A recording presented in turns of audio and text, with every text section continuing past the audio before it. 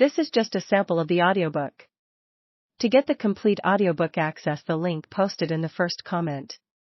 In Uzeg, Slovakia, Rustin had an Austrian mother and a British father with business interests in Central Europe. In his credentials, he claimed to have studied at Trinity College, Cambridge, and to have served in the British Army during the Great War of 1914-18, neither of which can be verified. But archives of the British Foreign Office reveal that after the war he joined the diplomatic service and got posted to the Netherlands East Indies as vice-consul in Semarang, a burgeoning town on Java, halfway between the capital, Batavia, now called Jakarta, and Surabaya. Marriage to a European settler named Cornelia Bishop had already ended in divorce by the time Rustin became romantically involved with Baroness Ella van Heemstra. 11 years younger than Rustin, the Baroness had come out to the East Indies from Holland with her husband Hendrik Qualls van Ufford, an executive with the Batavia Petroleum Company.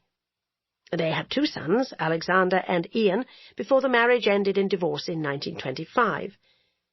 Rustin saw an opportunity for himself and seized it. The Baroness belonged to a wealthy and highly respected family.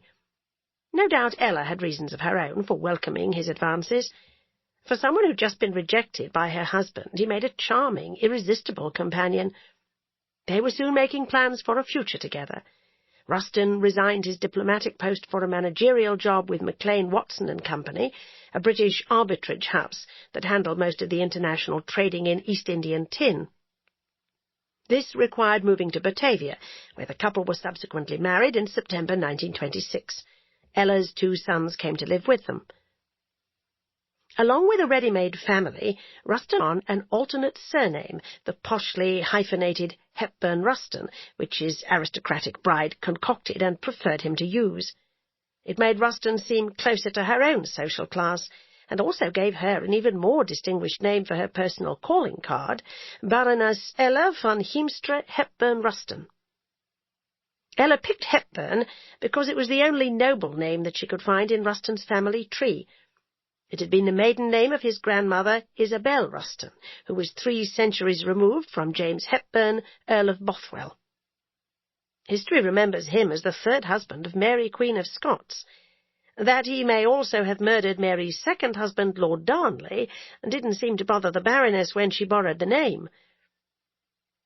Since Joseph Rustin never bothered to legally change his name to Hepburn-Rustin, claims of the latter being Audrey's original surname are false. It was just Rustin, as her birth certificate proves. She, of course, later took Hepburn for a professional name, but that's jumping ahead of the story. While Joseph Rustin had a bourgeois heritage, the Baroness Ella van Heemstra's noble background can be traced directly back to 1528 in the records of the Dutch peerage. But to bring it into modern times, Ella was the 3rd of 6 children, all entitled to the rank of Baron or Baroness, of Baron Arnoud van Heemstra and the Baroness Elbrig van Asbeck. She was named after her mother, who was called Ella within the family.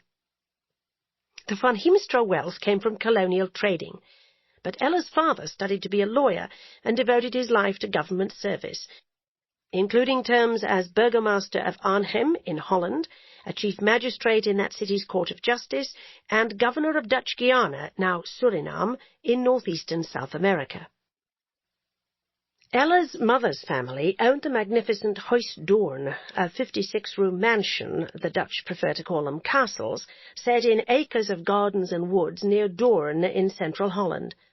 The Van Heemstras and Van Asbecks had close ties to Queen Wilhelmina, who'd assumed the Dutch throne in 1898 at the age of 18, and showed no signs of relinquishing it. Ella's younger sister, Baroness Jacqueline van Heemstra, was a lady-in-waiting to Crown Princess Juliana. Ella's first husband had been a lieutenant in the Queen's Equerry before the couple moved to the East Indies. Rustin and Ella made a striking and highly volatile couple. Tall and handsome, he'd grown a moustache to compensate for his receding hairline. An expert horseman, he loved tweeds and casual wear, smoked a pipe, and looked quite the dashing adventurer. Though borderline homely, Ella had a flair for clothes and adornment, which, combined with her aristocratic carriage and sparkling personality, made her seem almost beautiful. It's probable that Audrey inherited her good looks from her father and her fashion sense from both parents.